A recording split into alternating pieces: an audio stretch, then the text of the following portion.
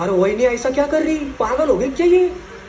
ओ महाराज, कोण मी? आता इथं दुसरं कोणी आहे का? तुम्हीच. कुठं चालला तिकडं? मी दगड घातला होता तुम्हाला, मी फोडलं वारूळ. माझ्यासाठी आलाय तुम्ही, मी बोलवलंय. का काय काम आहे? माझ्यासोबत विठ्ठलवाडीला चला. बाबा, ब्रह्मांडाच्या त्या टोकाला फार मोठा उल्कापात होणार आहे. काय? सर्वनाश होणार आहे. मला लवकरात लवकर तिकडे इथं ऑलरेडी उल्कापात झालाय. उल्कापात झाला आणि मला कळलं पण नाही. अरे काय चाललंय काय? गरीब शेतकऱ्यांचं गाव आमचं, इनमिन 100 उमऱ्यांचं.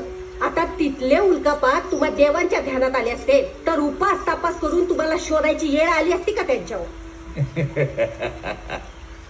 पायगोड्यांची संगी ना तू. वय आज मला शोधत फिरण्याची वेळ तुझ्यासारख्या नास्तिक बायावर कशी काय रे? माझ्या आस्तिक नवऱ्यामुळं.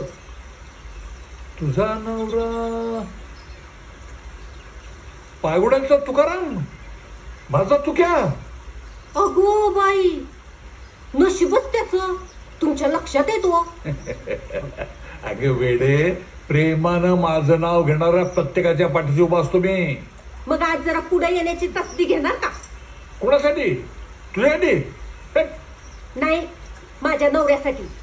हा. काय काल आमच्यात जरा वाद झालता, हा. तर तुमच्या देवळाला कुलूप लावून चावी सोबत घेऊन गेलाय तो. अरे बापरे, इथे देऊळ बंदच का? पहाटेपासनं.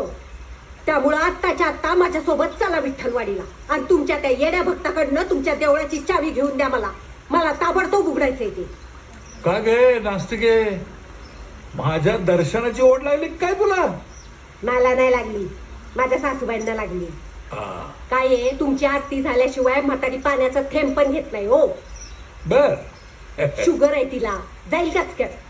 एवढं काही जात नाही ती. बर चल निघायचं ना. हा. गाडी उठाय. कसली गाडी? कार गाडी टॅपॅप. मागच्या वेळेस देऊळ बंद झालं होतं तेव्हा त्या राघव शास्त्रीच्या क्लासवर गाड्यातून फिरलो मी. पिठापूर, कुरवपूर, गाणगापूर, अक्कलकोट, नाशिक, नुसती धमाल. कोण राघव शास्त्री?